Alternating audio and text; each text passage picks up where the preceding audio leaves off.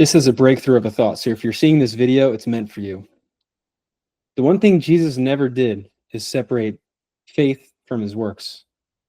He did both perfectly. It poured out of him.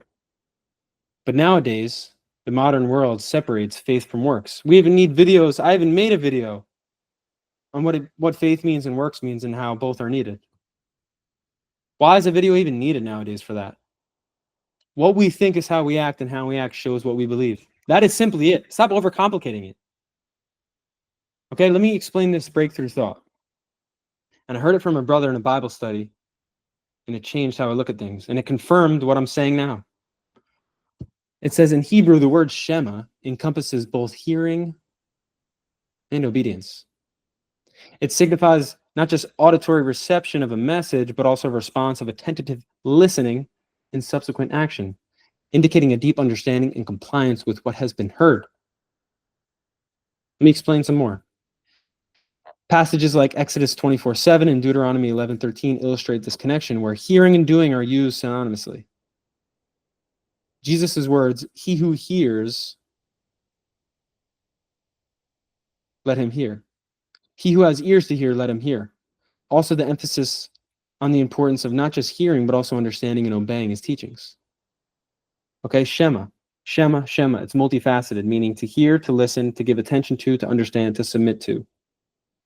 When we hear, are we not receiving? If a drill instructor says, do something, and you're looking at him, and you're listening to him intently, are you not receiving as well?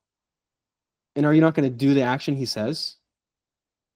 Where did the separation from hearing and obedience come from? If we were to have deaf ears, that's why Jesus said, "He who has ears to hear, let him hear." Or he who has eyes to see, let him see. It's one and the same.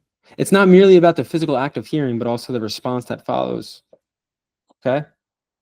And this Shema prayer it comes from in Deuteronomy 6:4-9 is foundational Jewish prayer that begins with the command, "Hear, O Israel, the Lord of God, the Lord is one," demonstrating this importance of hearing and obedience. Because the first 5 books of the Bible are the Torah, right? It's part of the Old Covenant, right, in the Old Testament. And so to cap off in saying all this, in Hebrew thought, hearing God's word is inherently linked to doing it. The concept is that true hearing leads to action and that one hasn't truly heard until they obey. Like when a coach, I'll give another example. We said the drill instructor. Another example is when a coach is frustrated at a player for doing a drill wrong, he'll say, "Are you listening? Are you hearing me?" Because the player should have innately followed in right action and obedience to what he heard, but he didn't. So his command was not followed. The coach's command was not followed. The same goes with our relationship with God. If we are to hear and have ears to actually hear, we will innately follow it with right action, obedient action.